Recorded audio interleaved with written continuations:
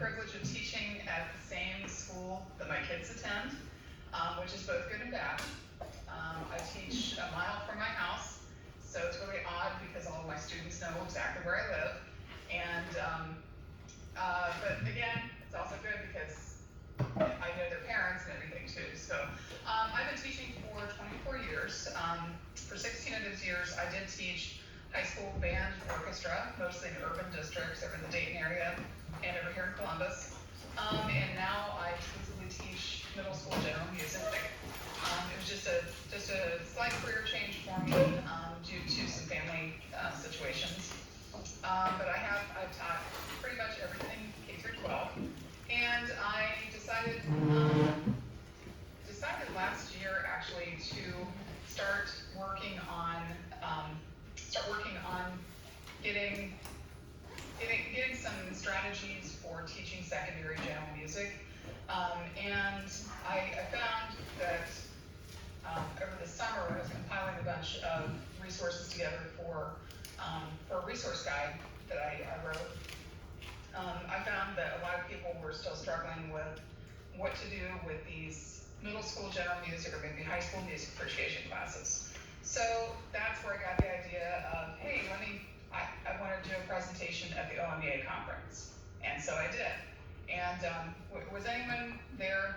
I don't know if anyone was there. The first session, yeah, because it was like standing room only, right? And I was pleasantly surprised, but also that tells me that there's a need for music teachers, not only music ed students, but also for veteran music teachers to just get some more ideas. Because a lot of times administrators are, let's say if there's an empty spot in the school's, like the building schedule, and maybe the band director or the choir director doesn't have the numbers, or maybe they consolidated classes or something, and administrators are going, oh, I can just stick in a general music class, and then here you get to go teach this. So that's what's happening a lot. So I'm actually going to go ahead and start sharing my screen. If I'm able to, can I? Yeah, I can. Okay, let's see. There we go. Can you all see that? Yes, okay. Okay, so let me go ahead and get started with that. Sorry, I don't like Teams. Okay, here we go. Okay. Okay, and like I said, let me know if Professor Sally, if you could jump in if there's any questions about something. Can you all see that? Because I cannot see anybody on my screen. Yep. Yes. Can everybody see that or no? Yeah. Yes, sorry, we're trying to get Okay. you. It's okay. I just wanted to make sure. Okay. So, like I said, this is partially from my presentation at the OMEA conference, but again, I will be more than happy to open up for questions. And if anybody has a question, just jump in because I cannot see your faces. So again, you get to teach general music, so it's not all bad. And my hope with this today is to kind of help demystify some of the things that happen in like general music classes at the secondary level.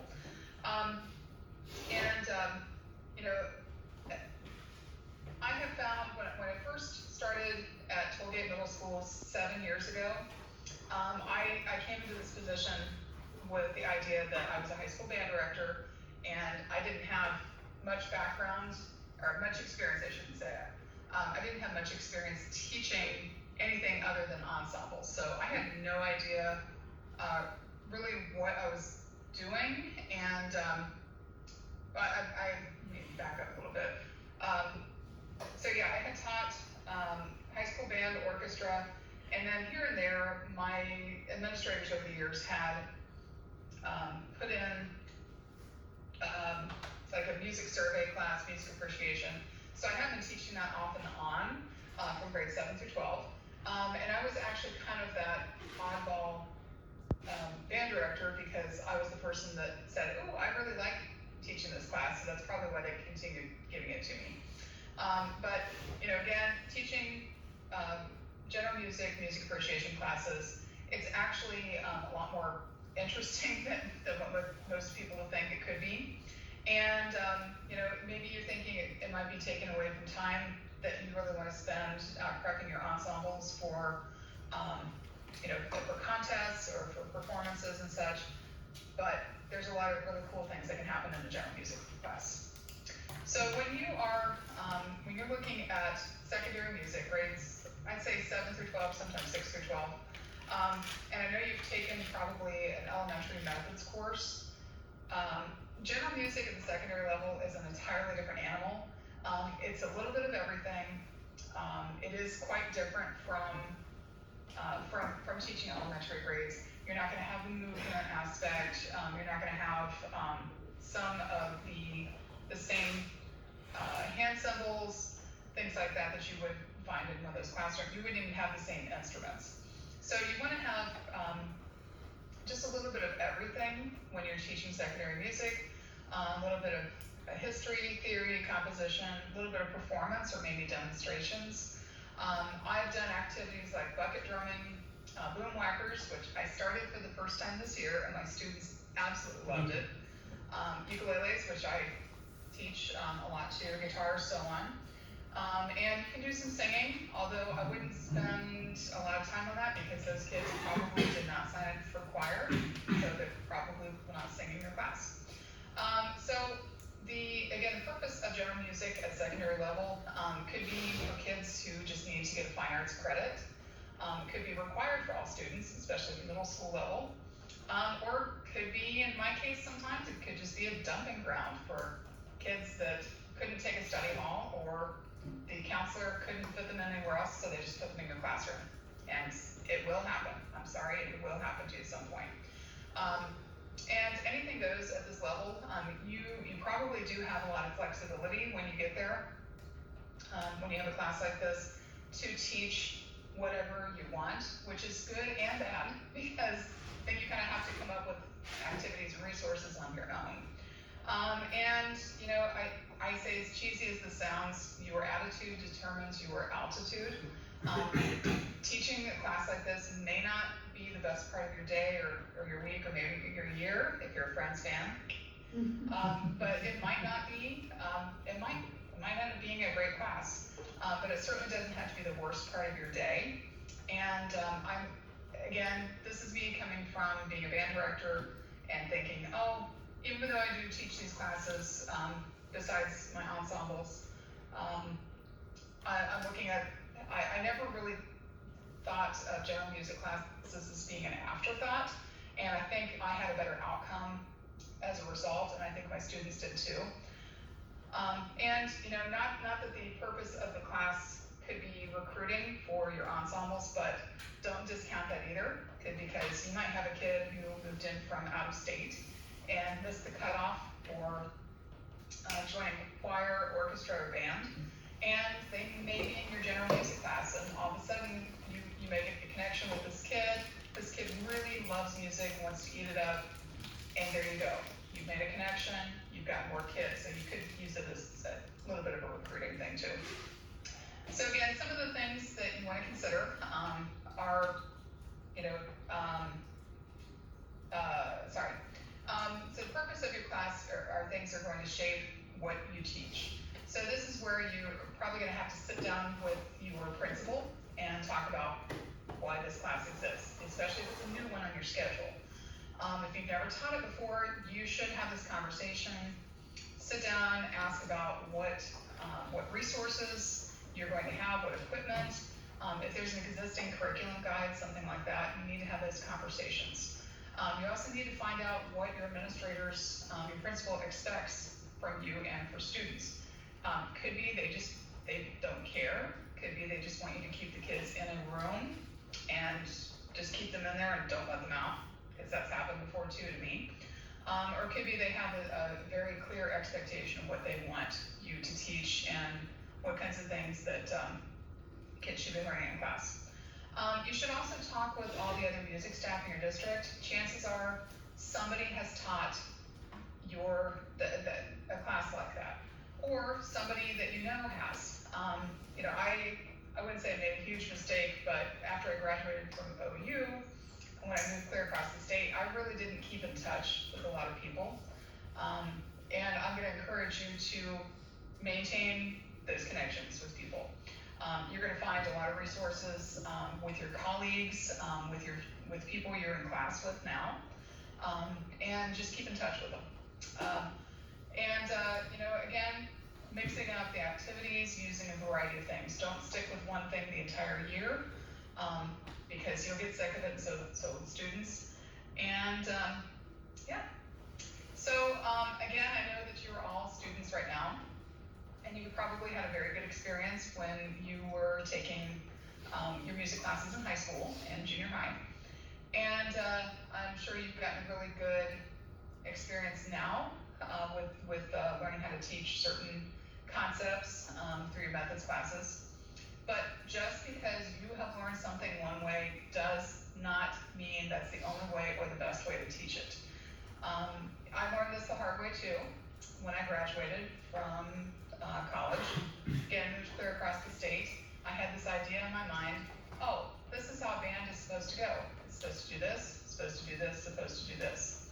And my first teaching job, there were a lot of things that were quite a bit different than what I expected.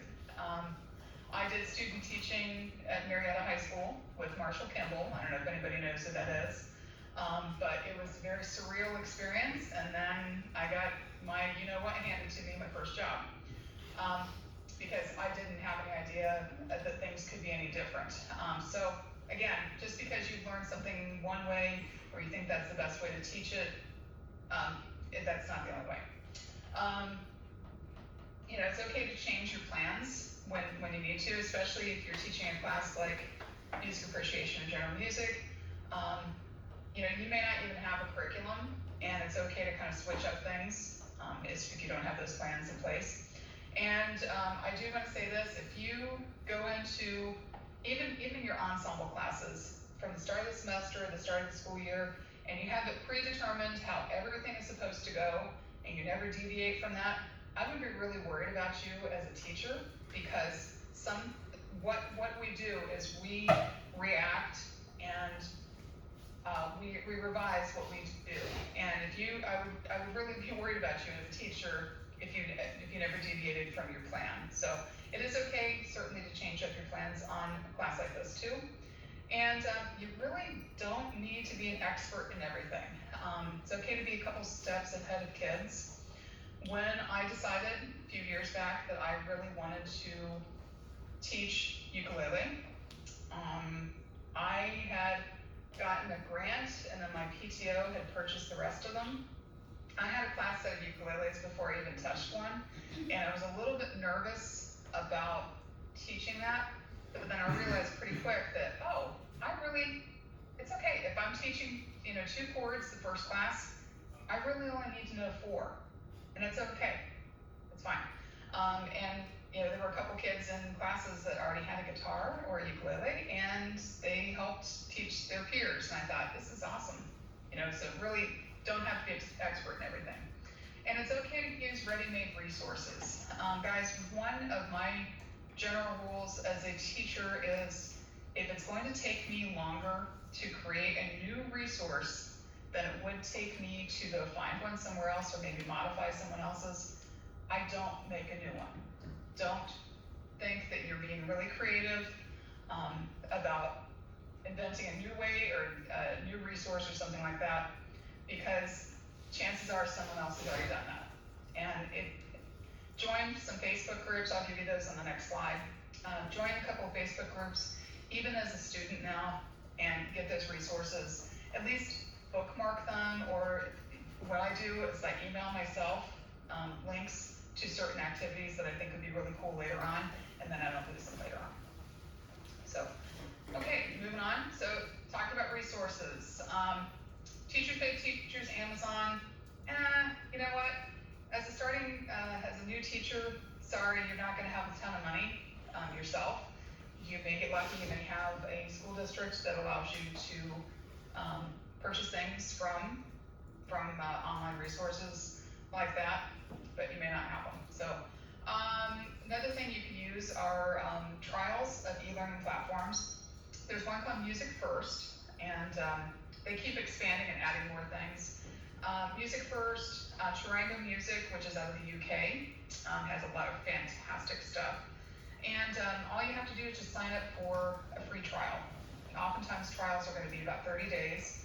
And even if you don't end up using everything off that site, it'll give you a good idea about what kinds of things that you could include in a curriculum, because those sites are designed to be plug and play. Like, you just sign up for it, have your students, your school district would get a subscription, and then you just continue using that, and you don't really deviate from their plan. So even if nothing else, those are resources for you. You can, download PDFs, get an idea about how you want to plan things. A lot of general music blogs out there. Just Google them. There's a ton of them. When you get your first job, you may see some of these books sitting around your classroom. Please do not throw these out. They are, even though people really don't use books like this anymore, they're a great resource to have. At least keep a student copy, keep all the teacher materials and all the recordings. And even though they're on CDs, or they might be on cassette tapes, seriously, in some districts they might be on cassettes, but keep all of those, because those recordings are copyrighted. You're not going to be able to find them on YouTube or anything like that. So just make sure you keep them. I have a link here for a curriculum guide.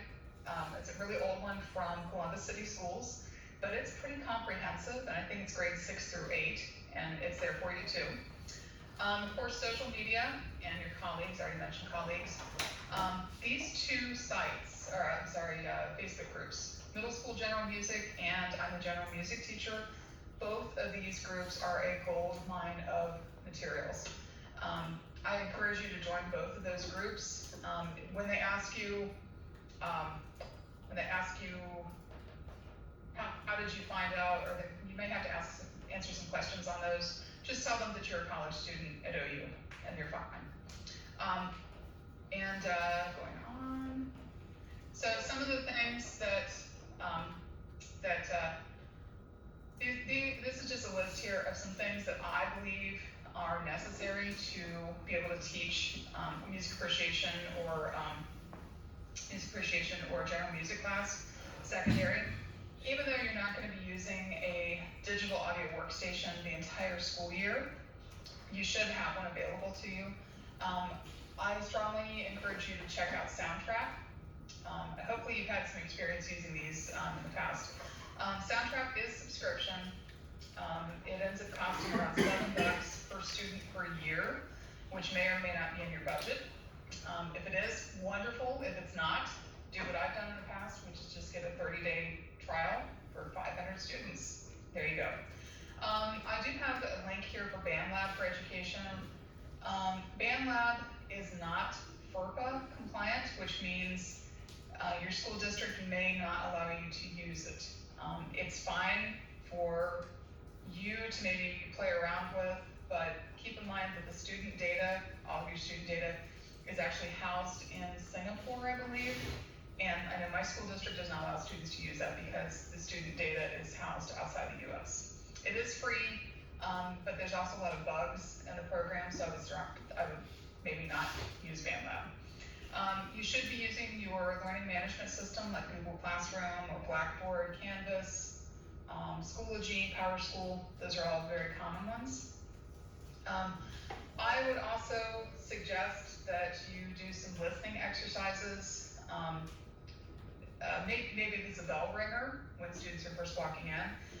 They can either do, respond to some music with a prompt that you write on the board or maybe in your learning management system. Either have them respond to it in your LMS or provide them with an actual notebook. Oftentimes, if you don't know this, there's back to school sales a couple weeks before school starts, and oftentimes you can get those one subject spiral bound notebooks for like 10 cents each at Walmart. And so just keep an eye out for those. That's something I would just purchase myself and just leave it in the classroom. Don't let kids take it out. I do have a link here for what's called a digital interactive notebook, and that should prompt you to go ahead and make a copy of it. But if you're like me, you like things digital now, there you go. You should also have some sort of video and sound system in your room.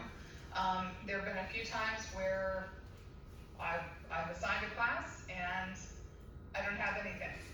And so I've had to go to my principal and say, look, I'm teaching a music class. I need to have good speakers. I need to have a way to show video clips up on the board. I need to have a projector, something like that. Even if it's just something small, you need these things to teach your class. I also strongly suggest that you have headphones for each student, because don't share headphones. I've never had lice, but my children have had lice, and it's gross. Just don't share headphones with anybody. What I've done in the past, here we go. I just actually opened up earbuds. These earbuds are from your tech department. Maybe they may cost your school district 25 cents each. And just get them and put them in little sandwich baggies with the kid's name on it. That way they always have a pair of working headphones in your classroom. And then just don't let those leave your room. You should also, if you're going to be teaching instruments like guitar or ukulele, you need to have working instruments. And Professor Talley knows this too. I'm sure that this is kind of a joke, but kind of not. If you're asked to teach a class, then you should be provided the necessary and reasonable resources to teach that class. I've rarely had that, and even now I have zero budget for what I teach, and I teach over 750 students every single week. I don't have much of anything, but I've just kind of gathered things over the years and asked for donations, and I still don't have everything that I need to really adequately teach my class. So I don't want to scare you, but that's very much a possibility. Okay, so making connections with students. Oh gosh. First thing, again, I know everyone tries to write straight out of college. You want to teach everything.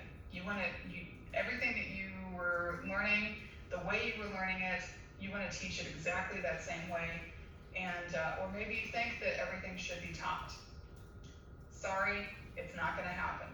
You're going to look at your standards, which, and again, if you have any questions on those, I helped write those and format them. The state standards. If something is not interesting or fun for you, it's not going to be fun for your students. And fun does not mean something is going to be less rigorous. I can tell you right now, when I'm teaching ukulele, I can teach the same chords, same chord progressions, same skills using pop music versus using folk music. It's not any worse, it's not any better, it's just a different way of doing it. It's more fun for my students, and more fun for them means they're going to be engaged, which means less discipline issues. Everything you teach should connect in some way and have a purpose.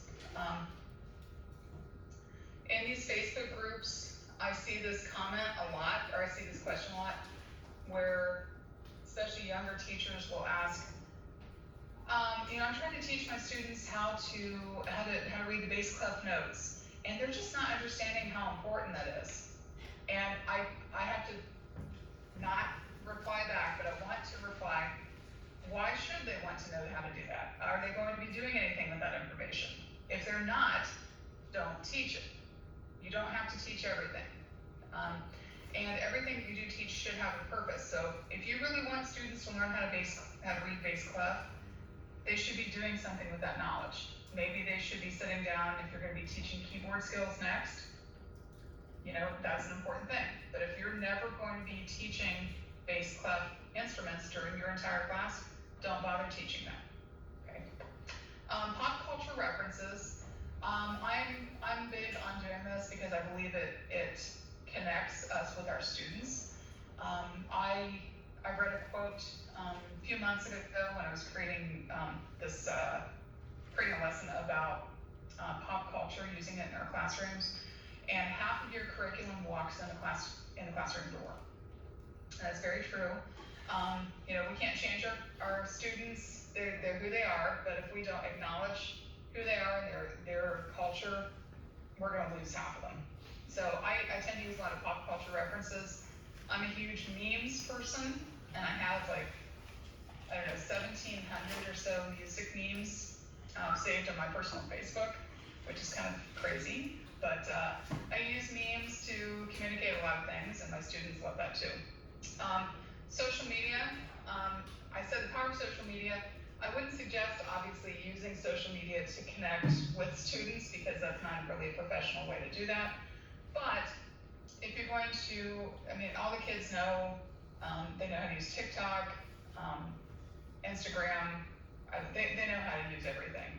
So let's say if you're trying to get a class discussion going on, or you want students to demonstrate a skill, have them make a TikTok-like video. If you want them to do a class discussion, but they don't want to talk to the person next to them, set it up like a social media feed where you put a prompt and everyone replies, and then they reply back to each other. That's the same as having a conversation during class, except the kids don't have to talk to each other, so it's fine. Okay, moving on. Okay, come on, here we go. So I go into this a little bit more in my resource guide, and I'll be happy to give you a copy of that. So when I'm trying to figure out what I'm going to teach each year, I have to kind of work my way backwards. I figure out how many classes I'm going to be teaching. In my case, because my classes are kind of like on an elementary schedule, I see my students once every 4 school days, or approximately once a week. So during the school year, I see mine about 44 times. So that's what I have to work with. I have to decide what's so important that I can fit in these 44 times that I see these kids. Then I put it into kind of like an outline or a skeleton plan for the year. I always do something in December. I take my 6th graders, we go caroling next door at the elementary. We play ukulele and just sing some secular holiday music and play it on the ukulele. And my 5th graders, we do like a holidays around the world, December holidays of light. We do something like that. So those are the milestones, and I kind of work around that and put big projects in there. I plan everything using Google Sheets, and again, I'd be happy to share that with you. I tend to lose pieces of paper everywhere, or I start writing something down on one piece of paper, and then I don't remember what I'm talking about because I get so excited about planning something, and I put it off to the side. I started making all my plans digital about 5 years ago, and it is so much easier because I don't lose it. If you're going to do longer projects, like my 6th graders, some of them are doing something called the ABCs of Music Genres project. Don't spend more than about 2 weeks on anything because your students probably will not finish it. You're going to get sick of it, they will get sick of it, and it's just not going to be good. So just limit big projects to 2 weeks max. You also don't want to do the same thing the entire year. I'll probably say this a couple times. You should have a mix of different activities and project performances and such. And the last bullet point here, this is a big rule for me, or something that I do.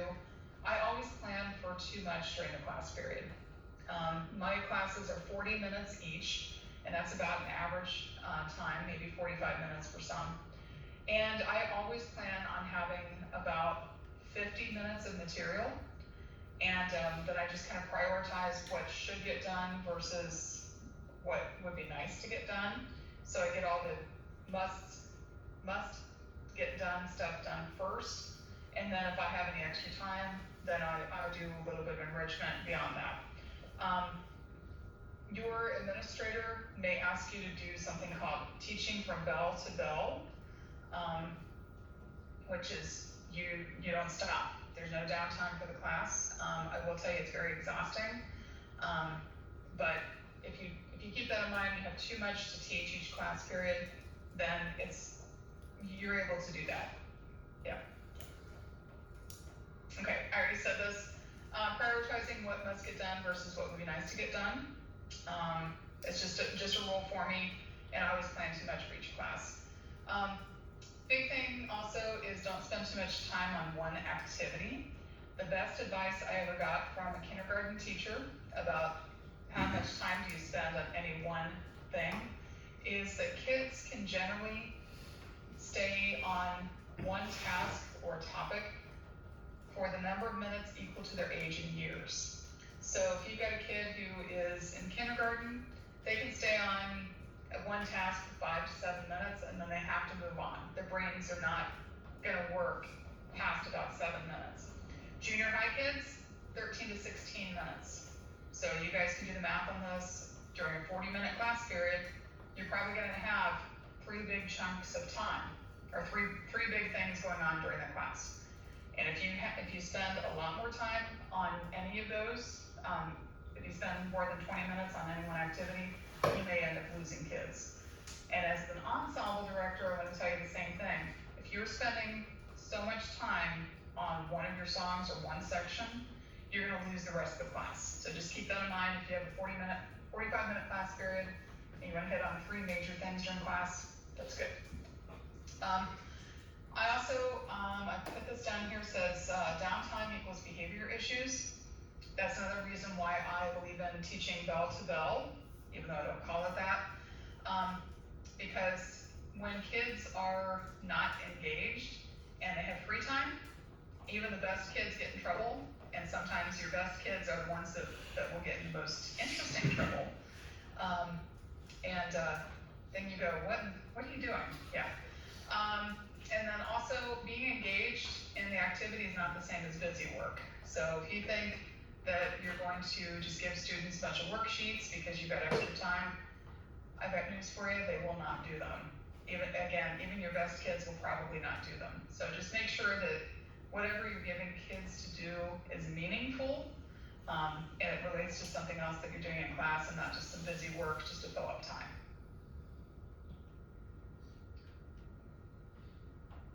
Okay, where was that? No, here we go.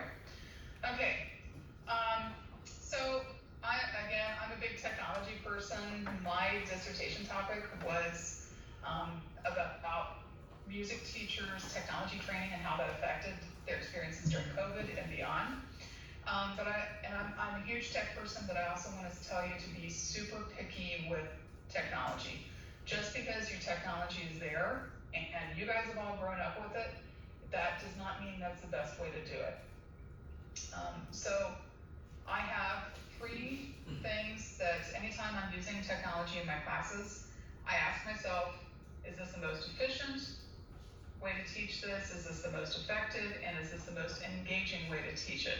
And if the technology does not meet those 3 criteria, I don't use technology for it.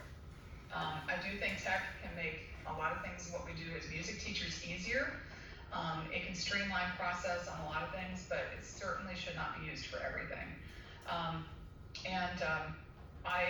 If you're interested in reading more, I have a link here to an article I wrote for Triad last year about the 3 E's of technology. Okay, so again, I'll give you a copy of this whole presentation. These are some activities from the resource guide that I wrote. And I do have one thing here. It says, copy the Music Mansion LMS. This is an internal learning management system that I wrote during COVID. And I'll take you through that in just a few minutes too. But the copy of it there, you can use it yourself if you're looking for something to do. You can explore the Music Mansion as well. So assessing students, again, I talked about technology. Use it where you can. It's interesting now that a lot of learning management systems have built-in rubrics that you can go in and you can make adjustments, and it's done for you. Use those to your advantage. You may be using something like Smart Music. They changed the name of it, didn't they? I think it's called something else now, but Smart Music, I know my own children, they hate Smart Music, but it's an assessment tool for them. You probably won't use that much in the general music class though, but ask your students to help develop how they're going to be evaluated and assessed. I see nothing wrong with that, because I think that also allows them to some ownership over their learning, so I think that's good. And I already mentioned this before, participation and discussions can go online. Even if you're sitting in the middle of your classroom and you're wanting kids to participate and have discussions with each other, just put it on your on Google Classroom and just have them talk to each other back and forth. It does the same thing with the technology. This is a biggie. The kids who are in general music and music appreciation classes are probably not the ones that are going to be in your ensembles. So if you want them to demonstrate a skill, call it a demonstration and not a performance. If you use the word performance, that's kind of a connotation of they're going to be judged on something, rather than a demonstration feels a little bit less stressful to them. So just call it that. Again, I already mentioned rubrics and student self-assessment.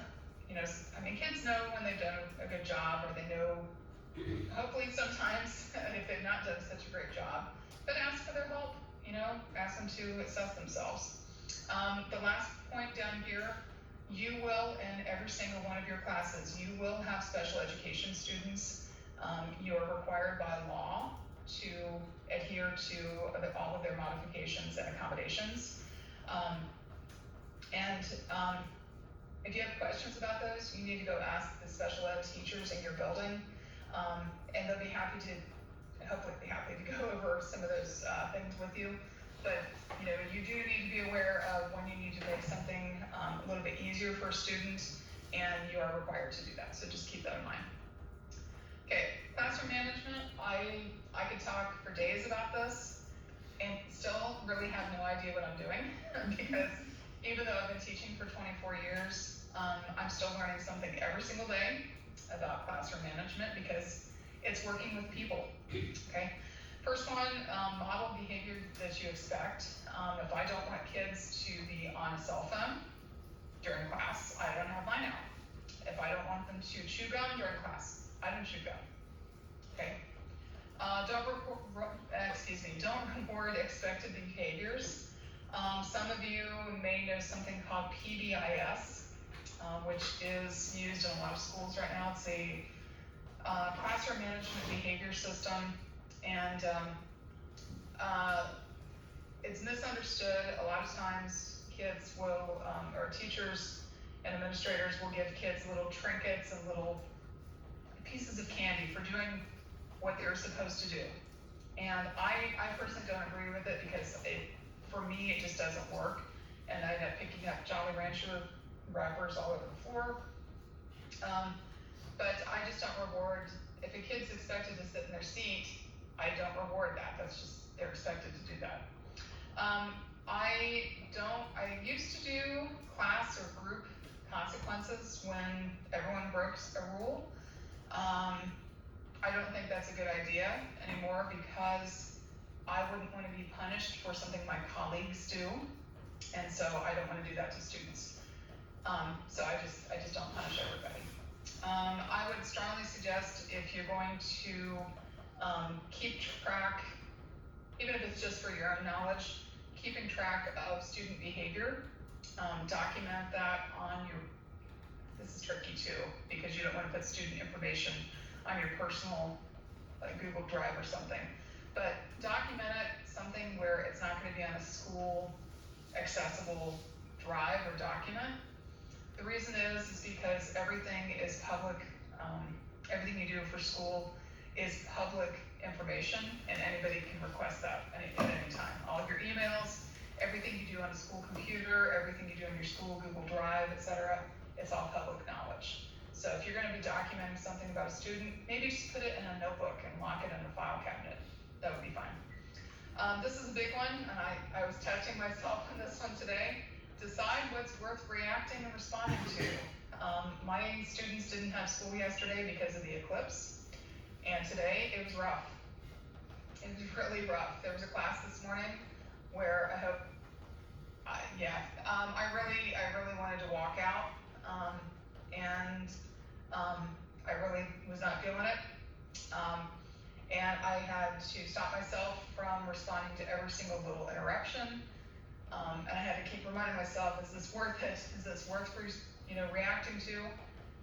just decide what your tolerance level is. What are you going to react to? Are you going to stop every single time you hear a little tiny sound because you're going to drive yourself nuts, or are you going to let kids walk all over you? Okay, just decide what your tolerance level is for maybe interruptions or just things that, yeah, just decide what you're going to react to. Lead openly and discipline privately. I've been burned by this one too, especially in urban school districts where some of you may end up teaching. A lot of times it's a power struggle between you and students, and you don't want any power struggles to happen in front of the entire class because you will lose. Students in those environments are used to trying to stick up for themselves, and it's just not going to go over well. So if you do need to discipline a student, talk with them privately off to the side so they do not have an audience. And then lastly, if you say you're going to do something, do it, and be consistent.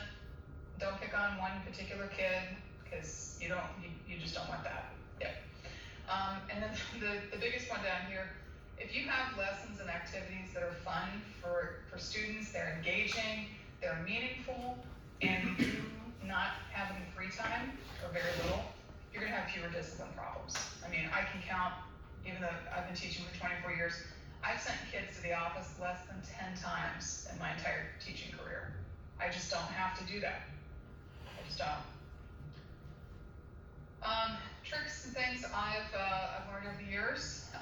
Unless your class title actually says like music theory or ukulele, don't do that the entire year because it's going to get really old. You're going to get sick of things, students are going to get sick of things, you're going to run out of material. So just make sure you mix it up. I already mentioned this, have a purpose for everything that you teach. I would suggest also that you keep all of your resources in one place.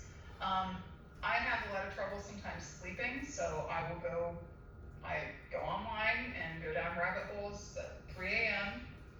looking for new ways to teach certain things. And I end up emailing myself at like 3 or 4 o'clock in the morning, and then I save those resources in my Google Drive. Or I'll save them in my, we use Google Classroom, so my LMS is Google Classroom. I also use something I created, is something called a dummy or a test class, and I have like a 5-minute video here on that link to show you what I mean by that. But basically I have all my lessons set up in this test class. It's kind of like it's a Google Drive, but for Google Classroom. And so if I want to reuse that lesson, all I have to do is just copy it to the next classroom over. It's already formatted and everything for that. And if you're like in my position, we have 3 very large middle schools in my district, and all 3 of us use some of the same activities. So we created one test class that all of us are teachers in, even though we're not teaching in the same building. And so we can put things in there. It's great for sub-plans, by the way, because it's already formatted. And if you're sick, or once you have children of your own, if your children are sick and you have to call in at 6 a.m., so you don't have to scramble to go find something, you just hit test class and then copy it over, and then you're good to go. It takes you less than 30 seconds to create sub-plans. Be flexible with curriculum, pacing, etc. When you get your first real job and when you start teaching a class like this, the pace sometimes will go very slow compared to what you experienced in your methods classes. Because when your methods classes, you were working with all musicians, basically professional musicians. Now you're going to be working with kids, so the pacing is going to be a little bit slower. And then finally, always have a backup plan, okay? One of the biggest things I've told other teachers is if you're using, say, Google Drive, or you're using, I was going to say Outlook, but using Outlook and Microsoft products, make sure that at the very top of the screen there's something that says viewable offline. You want to make sure that your lessons, activities are viewable offline, so that when the Wi-Fi goes down in your building, or maybe you have another technology issue, you can still teach. So I have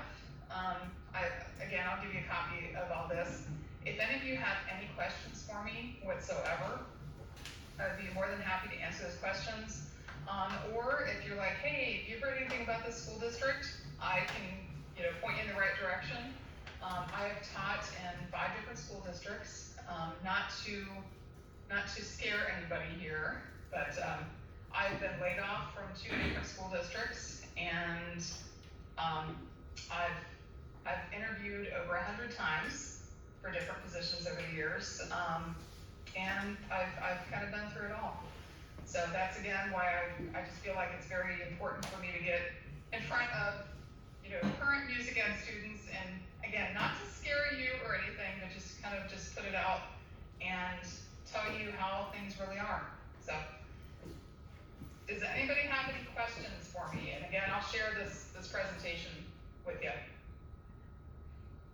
And I'm sorry I'm in my car right now. My kids are at dance. The parking lot, in an Irish dance studio parking lot, and it's raining. Yeah. So first of all, Michelle, all the slides when we were going through them, like everything you're saying, I was just like, yep. Yeah, me too.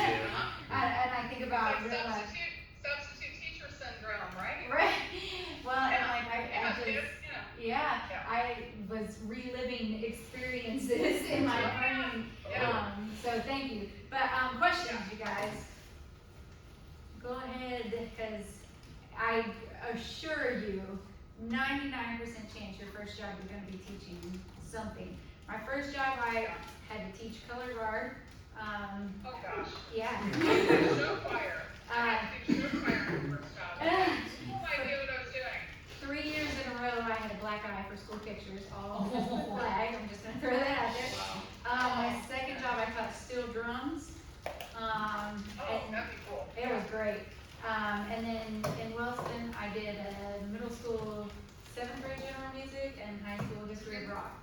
So you're gonna teach something that is not your wheelhouse. Yeah, go And ahead. those classes are just as important as your ensembles. 100%. And, they're not more important, but they're just as important. I always say I love teaching those classes, and like there are moments when I didn't, don't get me Right. wrong, but because you're reaching outside of your normal band kids. Especially steel drums for me was such a blast, because those kids, Yeah. they were there because they had an interest in playing music, but they couldn't read music, and that was not how you were gonna learn it in that Right. class. So, yeah. Chastity, do you have a question? Yeah, so, I know of a school district who, by the time you graduate, will have, like, the position will be free. Yeah. It's a UNIOTA. Yeah. But, so, I'm assuming that this teacher's been there for a really long time, and Right. I'm not sure how I can, like, put myself in there and, like, throw them off. I don't wanna throw them off, like, completely new. Do I have to, like, what did this person do that you liked? What did they do that you didn't like, and try to put it in your own stuff? So my first year at OU was Dr. Sook's first year. Okay. He came in. Way to and age you can- yourself there. I said, way to age yourself. I'm not aging myself, I'm aging him. That's right. Yeah, and he's just as goofy as he was back then. I love working with him. But anyway, so he, my first job, I came into it. I came in with, I followed somebody who had not been there for very long, but somebody who was very much loved by the students and by the community. And I came in thinking, I'm going to come in and I'm going to do this and this and this and this and this, because this is exactly how I was taught to do this. Yeah. So then I had to call, I called Dr. Sook and I said, hey, do you have any advice for me? And I remember him telling me this. He said, regardless of what position you've been into, unless it's like a completely blank slate, think of it as a 3-year plan. The first year, it's your students' program. It's theirs. Unless something is horrendously wrong, don't change much. The second year, it's ours. We can start to make some changes. The third year, it's mine. I can continue doing with what I want. And that's kind of what he did with the 110. The first year there was really interesting because we had a lot of course, he followed, Mr. Young and Mr. Saccarelli. And I had a similar situation, and I came in and I would not suggest what I just did, or what I did, which was trying to change too much, because I alienated a lot of students and alienated a lot of their parents, which was even worse. But just think of it as, if you're planning on sticking around there and you have the idea of sticking around in that position for many years, the first year, just don't change much, okay? It's already gonna be a shock to have a new person in that position anyway. And then the following year, you can start to make more and more changes. But I just would not change very much the first year unless you absolutely have to, because it's not yours yet. I agree 100% with that too. Yeah. And it's a matter of when you go into a program, it doesn't matter, like you may know that what they were doing was completely wrong, but the kids have ownership of what they were doing. So when you come in and you just try to change it, it says, I don't respect what you were doing. And that comes off really harshly to students. Yeah. I was the same way. First job, I thought I was gonna change the world, and then it was like, oh, okay, And you slow down. get, what handed you to you. Yep. Yep. So, yeah. Other questions? I have a quick question. Sorry, I'm over here on the side. I'll see if I can sneak ahead. So, I can see your nostrils. back on slide 13, you were talking about the students having some ownership over the way that they were being assessed. I was just wondering if you could give us a little bit more detail on how you structured that. Let's say if you have a rubric for them, and again, rubrics are supposed to make things less subjective, but we know that sometimes they can make them more subjective. So ask students to help you develop, if they're creating a project or they're doing a project, and I don't know, it's a written project that's using like Google Slides for something music history related. Have them decide if it has to be 30 slides total, and you want to help them create their assessment. Have them decide if they to get your full points for the length of it, how long should it be? How much in depth should it be? And just ask them. I wouldn't give everything over to them because they're not the teacher, but if you're going to use a rubric, maybe ask for their input a little bit. And I think if you're asking them a little bit for a bit of their input, they may be more likely to finish the project. Because again, I have news for you: when you get to your first position, kids are just not going to do stuff. They're just not going to. Yeah. Yep. Thank you. I like that because it also gives them a little bit of ownership and buy-in to what they're doing, which definitely. More likely to finish it. Yeah, for sure. Other questions? Yeah, go ahead, Tessie. Sorry. So, whenever you're going into a new district, and let's say all of the other music teachers are in their own little clique thing, how do you involve yourself? Do you just kind of go in, or do you have to hey, I'm here? Okay. I'm a quick floater. I don't kind of fit in with anybody. So, I'm a very much lone wolf, but I'm collegial with everybody, but I just kind of do my own thing. And I don't know, because I still haven't figured that one out. I was just mad, and that's the way you should be. You need to be collegial with everybody. Don't fall into they always tell you, don't go to the teacher's room, teacher's lounge during lunchtime. You'll see that there will be groups of teachers who just are negative, and all they do is don't sit down with them and fall into that, because it will ruin your experience more than anything. And it'll take away. I'm assuming most of you are probably going to stay in the state after graduation. Please, please, please, please, please join your union. Yes. Please, okay? And I know you will get postcards from these other organizations telling you, hey, do you want to save some money by not paying union dues? Let me tell you, the union has helped me out so much. I'm currently a union rep, and you know, you never know. There could be a situation where, you know, you're working with students after hours. And I'm talking to the young men who I'm seeing in here. If you're a single young man, you're going into a school district, and you're working with kids later in the evenings, and you're waiting on kids to get picked up, it's your word versus theirs if something happens, or if a kid's mad at you at something. If you don't join your union, you have nothing. The school district does not care. But you know, going back to the clicks thing, just you know, just be nice to everybody. You'll find out quick who to stay away from. And you know, it's just like going to college or going to a big high school again, except some of the adults are worse than kids. True that. Sorry, they are. I like working with kids so much better than working with adults. Yeah. Same. Yeah. Yeah. Any other questions? All right, well, thank you so much, Dr. Weaver.